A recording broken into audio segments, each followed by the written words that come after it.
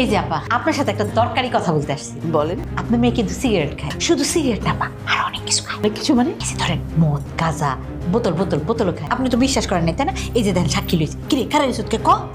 আমার দিয়ে সিগারেট আনা।